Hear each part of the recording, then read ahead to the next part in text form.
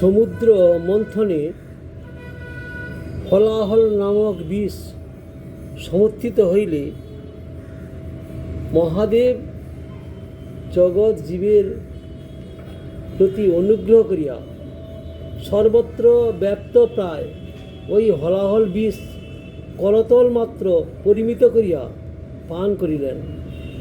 কিন্তু ওই তীব্র বিষ স্বয়ং মহাদেবের প্রতিও নিজ বীর্য প্রকাশ করিল। বিষ পানে মহাদেবের কণ্ঠ নীল বর্ণ হইয়া গেল। তবে কৃপালু শিবের উহাও ভূষণস্বরূপ হইল। তিনি তদবধি নীলকণ্ঠ নামে পরিচিত হইলেন। আর সেই হলাহল বিষ পানকালে মহাদেবের করতল হইতে যে সামান্য বিষ গলিত হইয়া ভূমিতে পড়িয়াছিল, তাহাই বৃশ্চিক, সর্প, বিষময় ঔষধি সকল দ্বন্দ্ব সুখ এবং অপরাপর বিষযুক্ত জীবগণ পান করায়